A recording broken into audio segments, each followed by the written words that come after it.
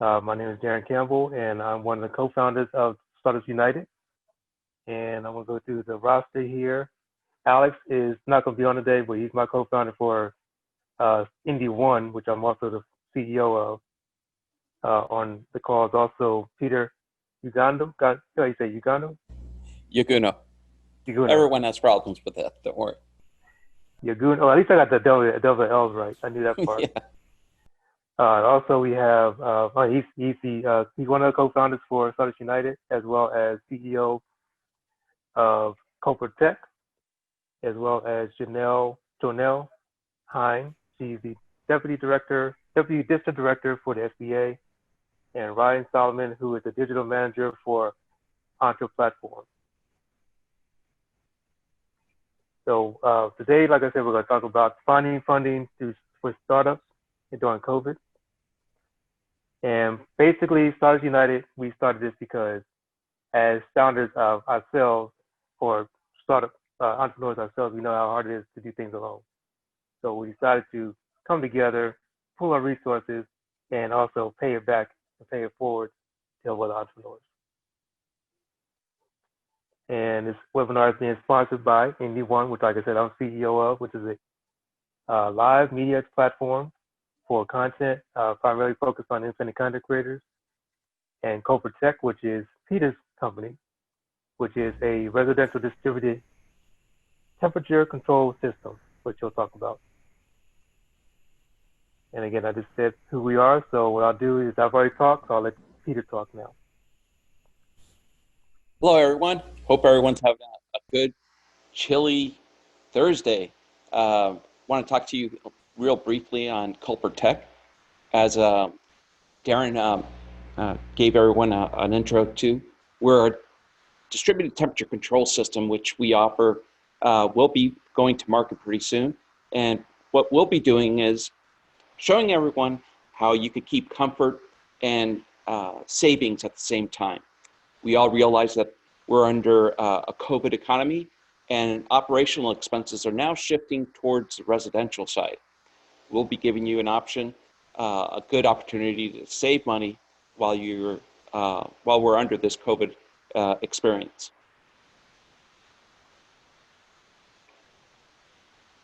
Okay. So, Darrin? Yep. All right, next slide. So what we do, basically, right now we're just getting started. So we decided we're going to do some educational sessions, like I said, to educate entrepreneurs on different options they have out there. Put them in direct contact with decision makers. I know one of the things that personally I've had issues with is getting information on what to get, where to go, and getting to the direct contact to get things done. So we're trying to cut out all the red tape in between. And then also providing opportunities for us as entrepreneurs to network with one another.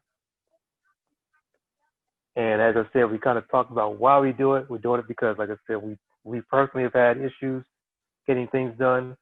So when we pool resources, things get done much faster. As well as providing opportunities for collaboration and basically to kind of pay it forward, because we know how hard it was to get started. So we want to help others, get a leg up. As I said earlier, we had two guests. First guest, Jonel Hein, she's with the SBA. She'll speak first. And after her, we'll get Ryan talk about the Entre platform and how you can use that to expedite your ability to communicate with other entrepreneurs and also sources and ideas to find funding. So Jonel, we'll turn it over to you. Okay, great. Thank you. Happy to be here. Thank you for the invite. Always willing to talk about sources of funding for startup and existing businesses. I am with the Small Business Administration. We are a federal agency, one of the few that I think has a wonderful mission, because we're here to help our small business community to start, grow, expand. That's kind of our overall mission, and recover in situations such as COVID, which has been a disaster declaration. You want to go to the next slide, Darrin?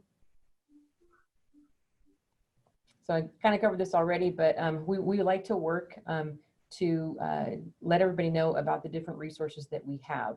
We are kind of one of the smaller federal agencies that are out there. We have about 2,000 employees total. So we leverage things such as partnerships with startup entities and other collaborators to make sure that we can provide and disseminate our information as widely as possible. But again, we're there for the entire cycle of your business, whether it's starting, you're growing, you're expanding, or you're recovering. Go to the next slide, please. So today we're going to talk about access to capital. Many of you may have already heard about our programs. We've been pretty prominent in the news with the coronavirus pandemic and the type of resources that we've been rolling out. Today I'm going to talk more about what we do traditionally when it's going towards an access to capital situation. You can go to the next slide. So we have many different programs that can help you out. We do have SBA-backed loans. We are not the entity that puts the money out on the streets. We work with participant lenders, those that are either traditional lenders, like you would think a brick and mortar bank, but also other types of lenders, such as credit unions, savings and loans. We even work with those that are considered non-financial entities, so non-bank lenders. But we have a variety of different programs that we use, anywhere from $500 in our microloan program up to $5 million in our regular S7A program and the 504 program. Like I said, we're there kind of to help you throughout the life cycle of your business, depending on the needs that you have.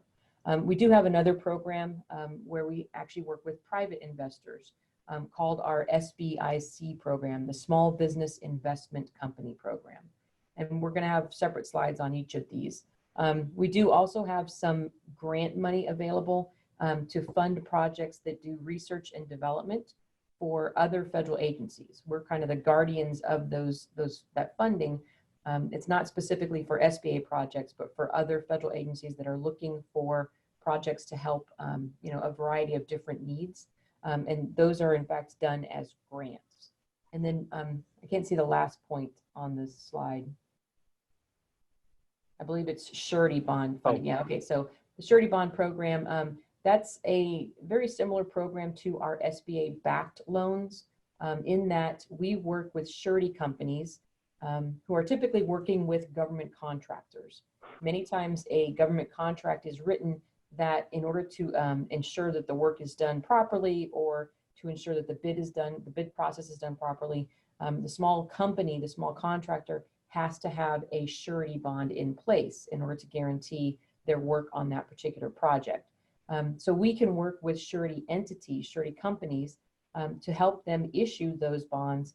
And what we provide, similar to our SBA-backed loans, is a guarantee to that surety company. So it doesn't replace them in their normal initial decision-making, but it can help them mitigate risk for a newer company or somebody that doesn't have all of the information that they would normally look at when they're making that determination in order to say yes to getting a surety bond. So we kind of are in the background helping other entities put the money out on the streets, but our guarantee does have a value, and it does assist people in getting either loans, bonds, or grants that they wouldn't normally be able to get on their own. You can go to the next slide, Darrin. So when we talk about SBA loans, again, it's a guaranteed loan program. It's open and available to startup companies and existing companies. You have to work with one of our approved lenders. And like I said, we have a lot of different things that set us apart. A lot of what we offer gives you an advantage as a small business owner because we allow you to have terms that are longer than what a traditional lender will give to you. Our working capital loans can go up to 10 years. And typically for a traditional lender, you're going to find a working capital loan is probably 2, maybe 3 years as a maximum term. Could be even smaller and shorter than that. That allows us to spread the payments over a longer period, which actually allows you to have a more affordable loan, especially in the first critical years where you're just starting your company and you may actually not be in the best cash position because of unexpected expenses or other things that come up that you hadn't maybe planned for in your business plan. We do have lower down payments than a traditional lender, and we have a real flexible use of proceeds. We can do anything from startup capital, whether it's paying some rent and utilities at the very beginning of your loan or business. It could be providing you with additional inventory. It could be doing debt refinance. We do that in our programs. Maybe finding a commercial piece of property that you would want to buy for your company. We even do change of ownership. So there's a wide variety of purposes that you can use our programs for. But again, the first access point is always with one of our approved lenders. We also are thankfully backed by a resource partner network that will assist people in looking for financing. We have our SCORE chapters, we have our small business development centers, our women's business centers, and our veteran business outreach center that all work with prospective entrepreneurs, those that are getting ready to get started, to develop their business plan with an eye towards financing. They may also be able to provide you referrals to lenders that they know would be interested in looking at the deal that you're looking at. So we're very collaborative in that way with making sure that you have the resources that your tax dollars have already paid for. So the counseling and education typically is on the one-on-one basis is free. You're never going to get charged for that. And although I've been with the agency a long time, I'm almost at my 30th year. I've never owned my own small business. So I'm not the best person to tell you how to start or run your business. So that's why our resource partners are key. They've been in the shoes of an entrepreneur. They've either started their own business or been a higher up in other larger businesses, and they can bring that experience and assist you to hopefully make sure that you're not going to make any missteps in your search for starting your business or funding your business. You can go to the next slide. So how can it help you to have an SBA-backed loan? Again, where our guarantee has a great value is that it allows you to provide risk mitigation for the lender. Many lenders don't want to work with startup businesses. They are inherently risky because they don't have the financial background that a lender typically wants to see when they're looking for a loan for a small business. By adding our guarantee, like I said, we can mitigate the risk of somebody who is a newer entrepreneur and let the lender know that a portion of that loan is guaranteed by the federal government. And if there's a situation where there's a default, they're not going to be seeing a loss of 100% on that loan. It will depend on the program they use. But again, we can use our loan programs to do things that other entities don't want to do. Like I said, we will allow all startup expenses count. We have lines of credit or term loans. We'll purchase anything that a business typically needs. So we have, like I said, it's open and available to most businesses. There are a few industries that we don't necessarily do lending in, not so much in the agricultural level because the USDA has business loan programs for that. We also don't do things where anyone is restricted access to the product or service. So an example of this would be Lady Fitness of America, which is a women-only fitness club. Your product or service has to be open to the entire population of the United States in order for us to be able to back the loan. But those are very rare cases. To the general extent, we do about 4,000 or so loans a year throughout the South Florida district with our guarantees, and we're hoping to see larger amounts going forward as we move through these difficult times. But we're there to help the businesses, like I said, who may not be able to qualify for traditional lending, just by adding our guarantee to help shore up the risk on those loans. You can go to the next slide. Obviously, since we are working with lenders, I mentioned already the resources that we have with our resource partners. It's always a good idea, I think, to have a second person's eyes on the information that you're going to be providing to a lender. Our resource partners can look at those. They do reviews of business plans and expense sheets, financial statements, financial projections. They may even help you in developing those if you don't know how to do them. Not everybody that goes into business is savvy about financial statements. But when you're dealing with a lender, that's the language they're going to talk. They're going to look at your financial statements and see whether it makes sense for them to make that particular decision on a loan. So we want to make sure that you are positioned in the best way possible in order to get a yes to your loan request or loan application, and our research partners can do that. Go ahead to the next slide. We also have a program that we started a couple of years ago called Lender Match. And what this allows you to do is to go online to our Lender Match portal, which is housed on the SBA website, sba.gov. And you can fill out a small questionnaire on what you need for your financial needs. And we have lenders that have signed up to be an intake process, if you will, for those inputs that the borrowers are putting in, potential borrowers are putting in. So you can actually be matched with a lender and then proceed then to talk to them about more specifics about the loan that you're interested in, and then actually do the application for the loan. We started out very small with some of our mission-based lenders and our certified development companies, but now it's open to all lenders. And I will tell you that our lenders are using it as an active portal to source loan needs. So if you haven't visited our Lender Match, it's a good place to start to get your information out there to the lending community, and much easier than cold calling on a lender. So the actual website is on the bottom of the screen, sba.gov/lender match. Like I said, you fill out a short survey. That information is actually transmitted over to our lenders. And if they decide that they want to talk to you more about the deal, they'll pick up that match and you'll be matched with a lender. We're actually currently getting ready to roll out the Spanish version of this, where if somebody wants to communicate mostly in Spanish as far as putting the information in for their financial need, they can put it in Spanish.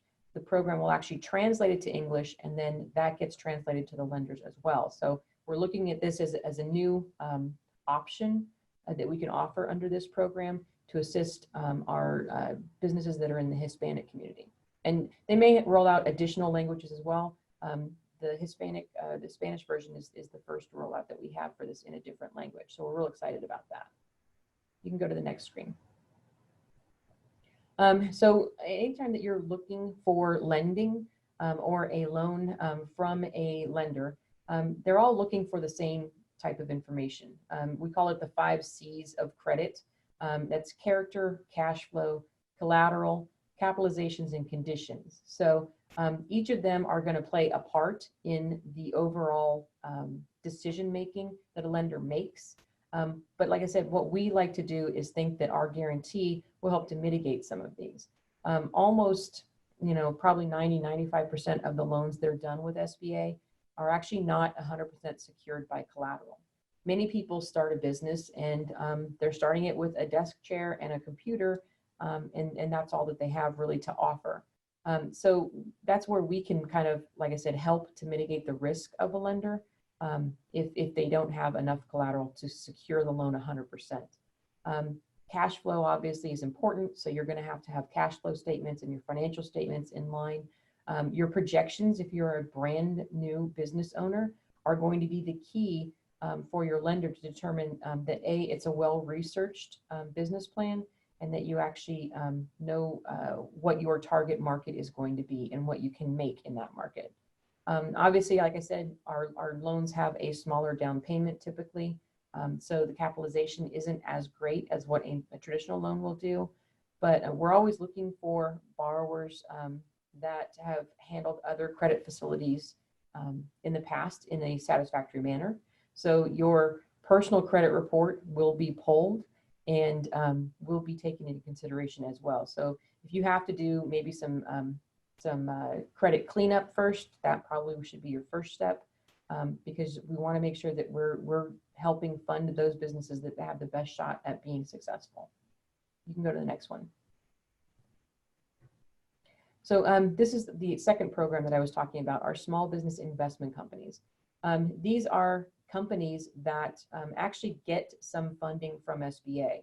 For every dollar that they have on in their accounts, they can get $2 additional from SBA, and they are required to put a certain portion of what they lend out into the small business community. They have to work with small businesses. You can think of these, typically they're going to be either providing you with a loan or they're going to be taking equity in your firm. I kind of liken them to what we see on the TV show Shark Tank, because they're private investors that want to assist you.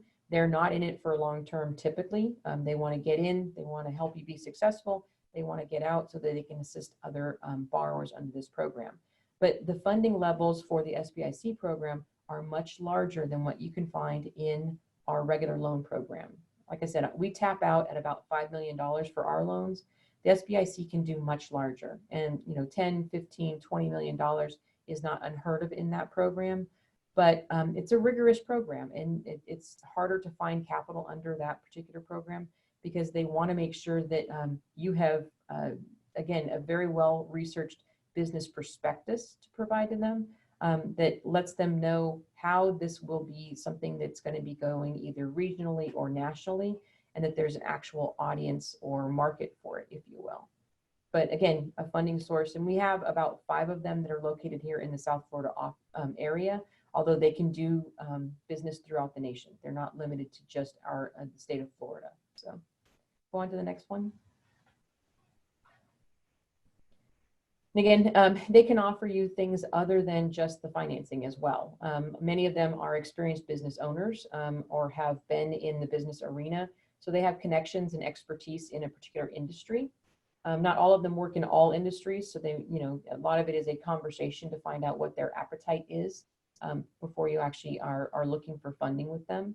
But again, like I said, most of the time they have money that is either going to be provided to you either as debt, meaning a loan to the company, or they will take a stake in the equity of the company, or it could be a combination of both, depending on the proposal that they're agreeing to.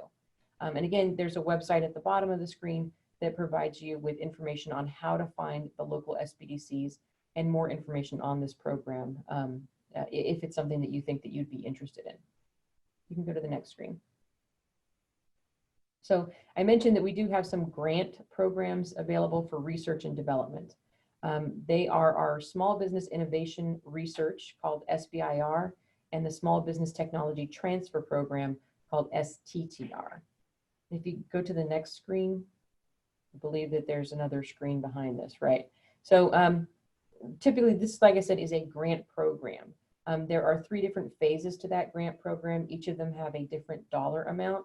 The first phase is typically research and development going towards developing a prototype. And then the overall goal of the program is to get to commercialization. We want to help the product be developed or service be developed to where it can eventually be gone out into the regular marketplace. And like I mentioned, we have the funding for this because there are, in fact, research and development dollars put aside by 11 different federal agencies. So we're the holder of the money, if you will. And what they do is they put out, again, requests for proposals on different types of items that they are looking at for each fiscal year. And then you apply. That's kind of how it works. But again, they're grant programs, not loans, so you don't have to pay them back. But it's just as rigorous as trying to go for a loan because, again, there's a lot of monitoring and reporting that has to be done on these grants to make sure that the government money is well spent. On the screen, there's a list of some different areas where there has been grants that were provided. Some are artificial intelligence, there's nanomaterials, clean energy, obviously, water filtration, educational technology, which can include even the development of apps for school-age children, wearable technology, that's typically something that's going to be maybe used for the military, but it could be other applications as well. But again, it's fitting the need of something that the government thinks that they will be looking at. The reason that we work towards commercialization is that there's no guarantee the government will actually buy the product, but if we can hone it or tweak it to where it can be used in a commercial application, that just, again, shows that there's going to be some success for this particular business after they are out of the grant program. And for more information on this program, either of these grant programs, there is a website at the bottom of the screen, sbir.gov. And you can see not only what's available and when they become available, because there's certain timing of these projects, but you can also see some success stories. There's a lot of success stories out on that website to show you, maybe identify some projects that you might not have thought about would be funded by this program. But it's something that we've been taking a very big interest in lately. We actually do an SBIR road tour where there's a bus that goes, to different cities to talk about this particular program, because it is something that's not many people realize is actually under the purview of SBA, but it is something that we want to make sure that people are aware of so they can take advantage of it. Go ahead. Lastly is our surety bonding program. And I mentioned some of this already. If you're going to do any kind of federal contracting, I believe the amount is anything over $125,000 requires that you have some form of bond in place. It could be a bid bond, it could be a performance bond, ancillary bond. There's a couple of different types of bonds that we can do under this program, but very similar to our loan program, what we do is we work with a surety company who wants to issue a bond to a borrower, but maybe finds that there's too much risk involved. They are not as comfortable making the bond available to the small business, and that's where our guarantee can come in. We guarantee anywhere from 70 to 90% of the bond. So again, we look at the value of the guarantee being that we're mitigating risk for that particular surety company. But it's, like I said, something very vital if you're going to be going into the federal marketplace as a government contractor, because it will be something that you'll be required to have if you meet a certain level of that contract. You can go to the next screen. So there's some additional items that I wanted to mention. If you go to the next screen, Darrin, because we have the ability to assist in other ways. I always like to mention international trade or exporting. A lot of our loan programs, we have 3 different loan programs that are specific to entering the world marketplace. Many times we forget the fact that some of our products and services have a very real value around the world, and we may be limiting ourselves to only looking at operations within the borders of the United States. We have, again, loan programs that can assist you in identifying different targeted markets around the world and entering those markets. We also work in concert with the Commerce Department, so we can help make introductions to commercial officers around the world that can help you, again, get into these marketplaces so that you can meet with people that you may be able to work with. But again, very similar. I mean, it's the same business loan program. However, this particular program offers our highest guarantee at 90%. So, depending on the amount that you're looking for, we have lines of credit or we have term loans that can assist you in looking outside the U.S. borders, if you will, to help you expand or maybe develop new revenue streams that can help you out. You don't have to be in business for a certain amount of time. Again, these international trade loan programs are also available to new businesses and existing businesses as well. You can go to the next slide. Oh, I already mentioned this, but so there are some additional resources available. Our U.S. Export Assistance Centers, and we have one here in Miami, we have one in Clearwater, there's one in Jacksonville, and one in Fort Lauderdale. We have 4 of them here in our state that can assist you, and it's a collaboration between not only the SBA, but Ex-Im Bank is there, and the Department of Commerce as well for their commercial services. So it's kind of a one-stop shop if you're looking, again, to go into the world marketplace, and it would be able to assist you with that as well. Our small business development centers, I like to highlight them as well, because they actually work with Enterprise Florida, which is the economic arm for the state of Florida here, to help you develop a international trade marketing plan, help you identify markets where your product or service would work the best. And then, like I said, there's always trade missions and other things that you can do. We do not have the second item on this particular slide. We actually don't have here in the state of Florida the STEP grant program, because the state of Florida, we had it years ago through Enterprise Florida, but The state of Florida has funded this themselves for the last several years. So we don't have that particular bullet point. But again, I mentioned the 3 different types of international trade loans we have, and they're all listed under bullet point number 3 on this slide. Go ahead. We do have a person that's stationed here in our Miami office for the U.S. Export Assistance Center, Mary Hernandez. I've given her contact information because she's the best one to talk to. Like I said, she knows of all the different resources that are available if you're going into either exporting or international trade. So she's a good contact. I always like to share her information with everybody. And I think there's one more slide, if I'm not mistaken. Questions? Yes, my information, if you need to contact me, is listed on this screen.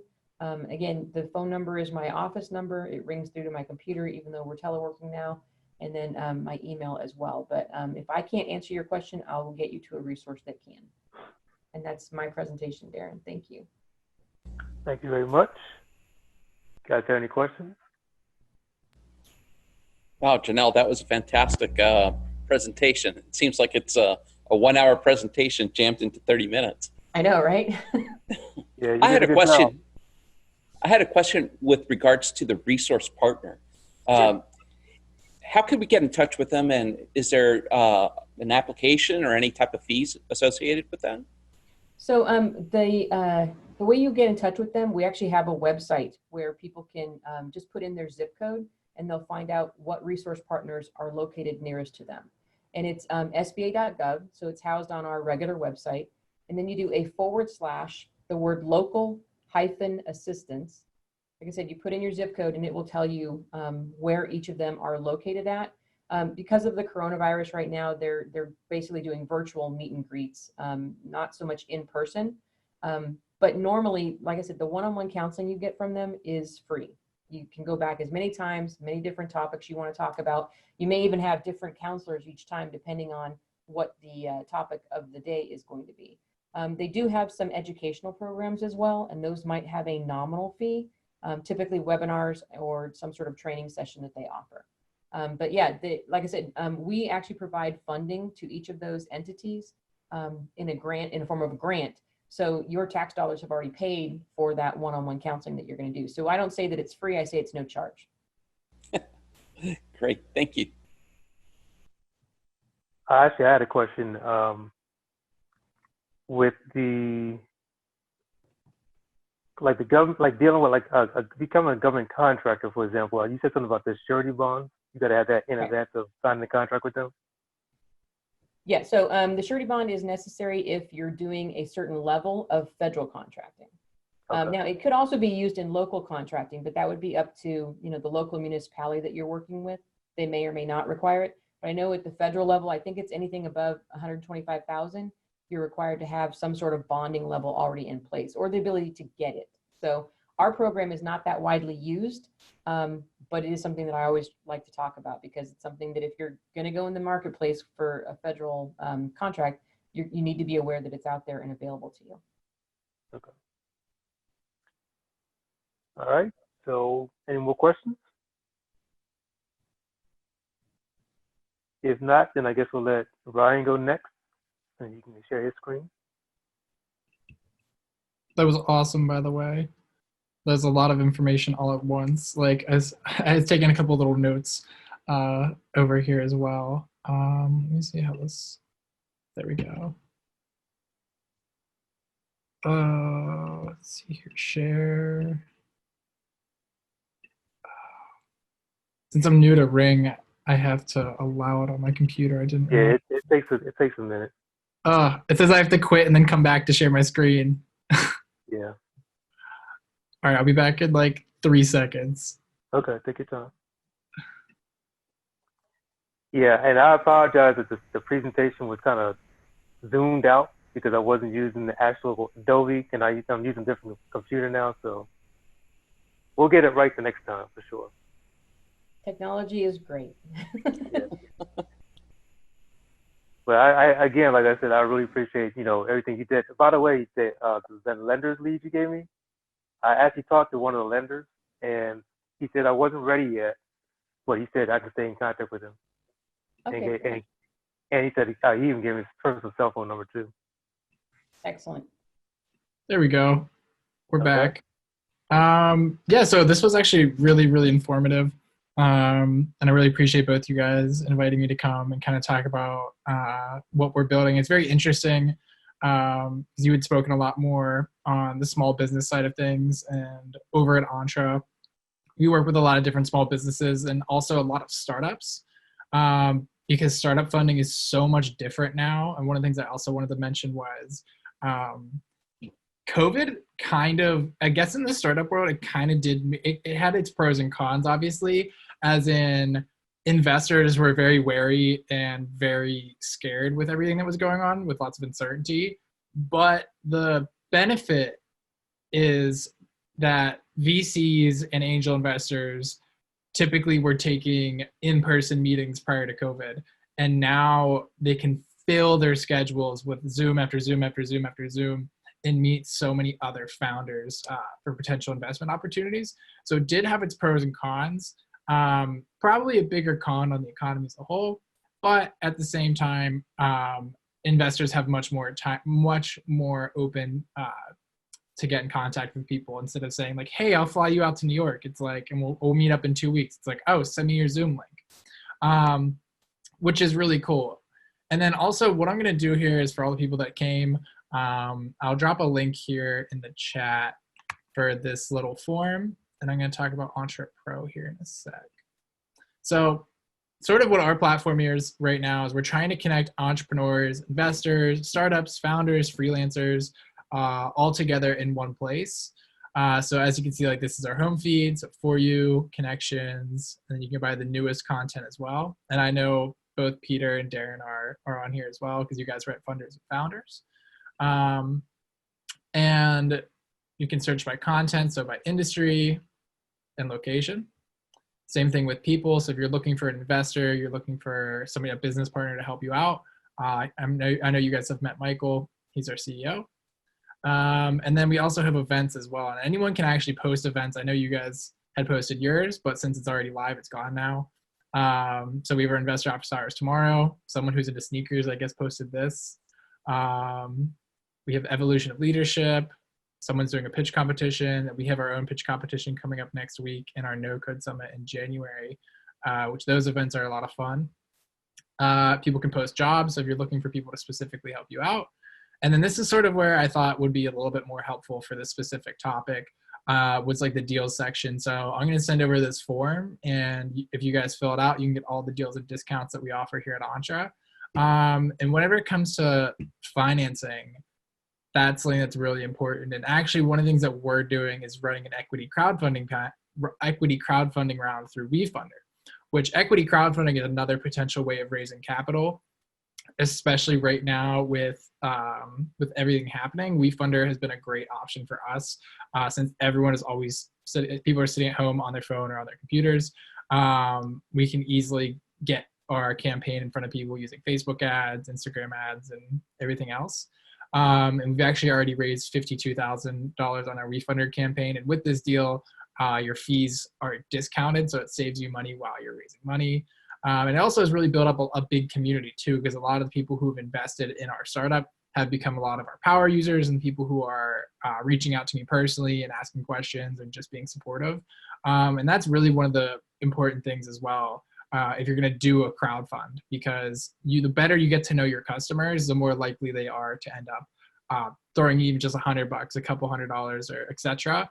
It's crazy because I actually run our TikTok for Entre, and I've noticed that there's probably been about $1,000 to $2,000 that came in strictly from people on TikTok, even though they're like, high school, college kids, stuff like that. Somebody commented they invested $500, and I checked the WeFunder campaign, and I was like, holy smokes, they weren't kidding, which is incredible. So I'm going to drop this link right here into the chat, so that way, oops, yeah, stop sharing. I'm going to drop this link in real fast. So if anyone here wants an Entre Pro account, you guys can get that signed up for free for a year. So get you all the deals and discounts, and then also allowed to go to investor office hours, which is an event that's going on today, actually. I think it's at 6 p.m. I check, I believe 6. Yes, 6 p.m. And what we do with that event is typically like between like, it's usually about 10 to 15 founders that are all in their early stage and they're all looking to raise money at the moment. So we'll bring like a venture capitalist or an angel investor, and the little kind of like community or the little like focus group will be asking the VC questions like, what do you think about my pitch deck? Who should I be reaching out to? Like, it's literally just like college office hours, but more in a group setting. They're much more intimate, and it's a really, really good group of people that are all kind of in that early stage at that transition point where they're going to be looking for funding soon. And another thing, if you're raising from angels or VCs, one thing that I've learned is give yourself 6 months to do it, which sounds really, really crazy. But it's super important because you got to reach out to a lot of people. You got to be talking and hitting up so many different investors, whether it's through their Twitter DMs, Entre, or it's through their email, getting on phone calls and meeting as many people, talking about your passion, what you're passionate about, and why you're the one that can solve this problem.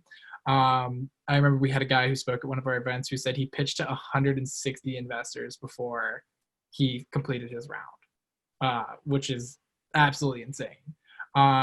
So that's one of the things that I took away. So I hope that was some useful stuff for you guys. And if you guys fill out that form, I'll make sure to upgrade you guys to Entre Pro today. So that way, if you guys want to go to the event later or any other events in the future and get all the deals, I got you guys. Thank you so much.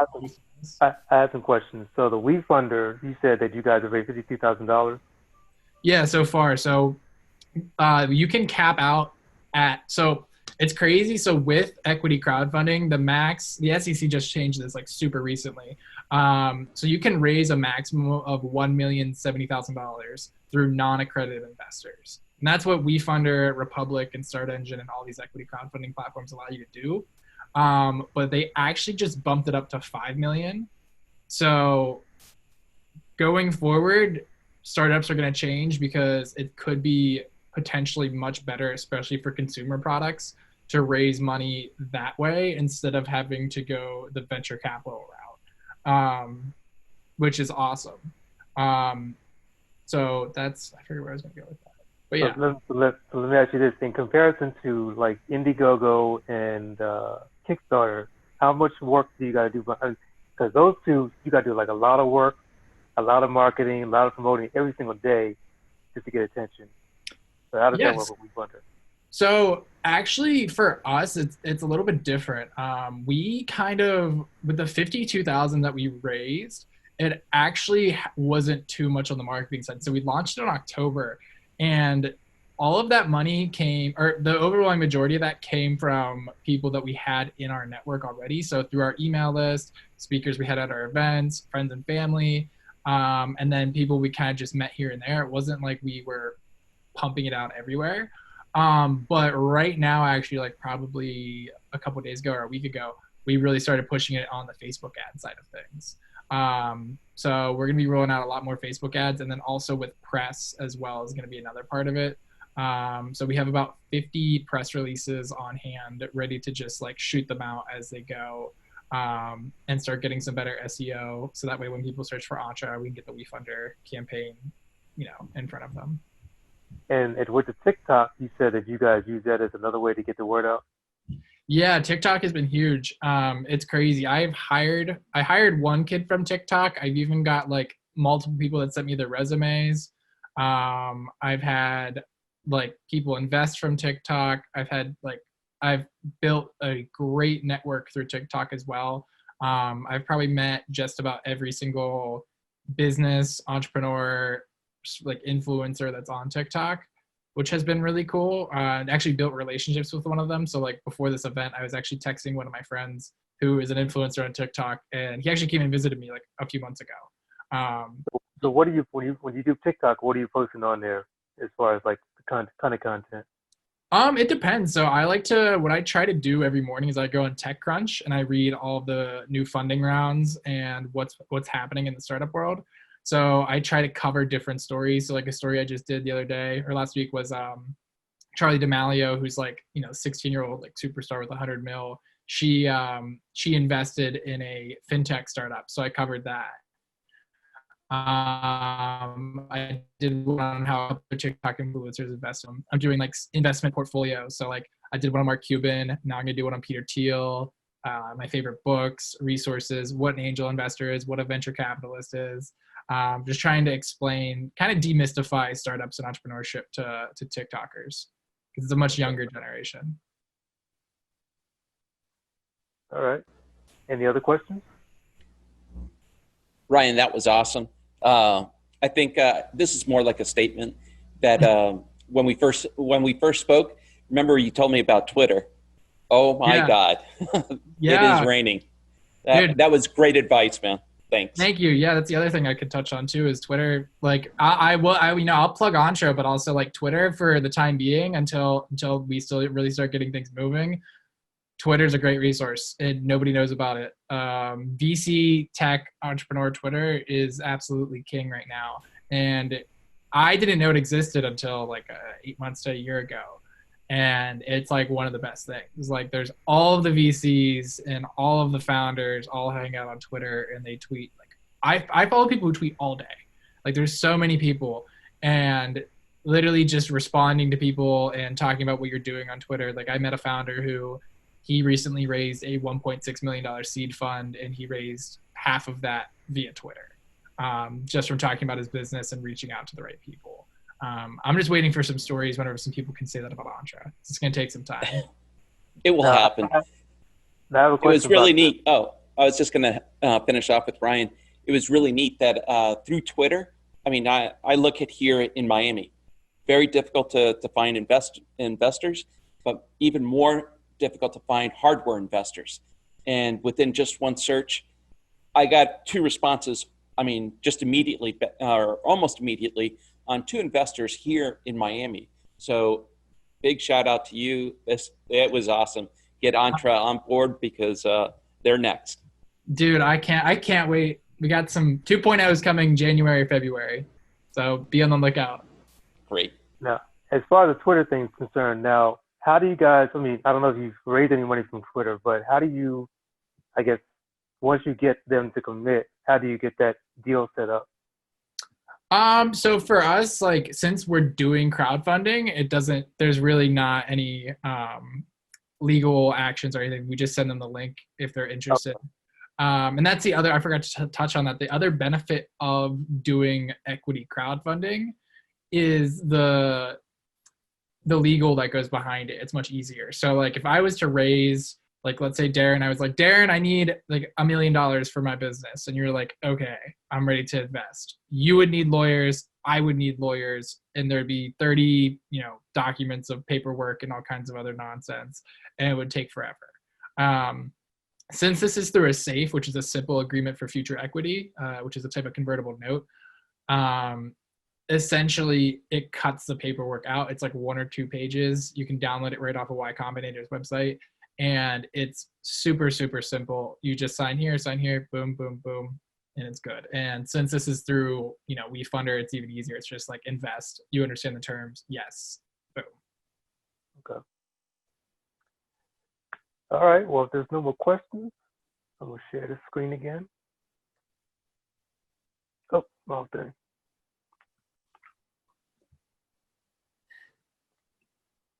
Oh, come on now. There you go. So I just want to say thank you to you guys for get off of there. Participating today. This is very helpful information. If anybody wants to, come back and get a copy of the recording, they'll be able to go to our website probably tomorrow or Saturday, and we'll have a video link we'll have the video up there. We'll also have a copy of the presentations up there so you guys can download that. And you already have the information for our guests, but I'll also put their contact information in the bio so you can reach out to them personally as well. Jonel, Ryan, and Peter, thank you very much for being a part of this very first webinar. And hopefully the audience is appreciative as well. And we'll see you again very soon.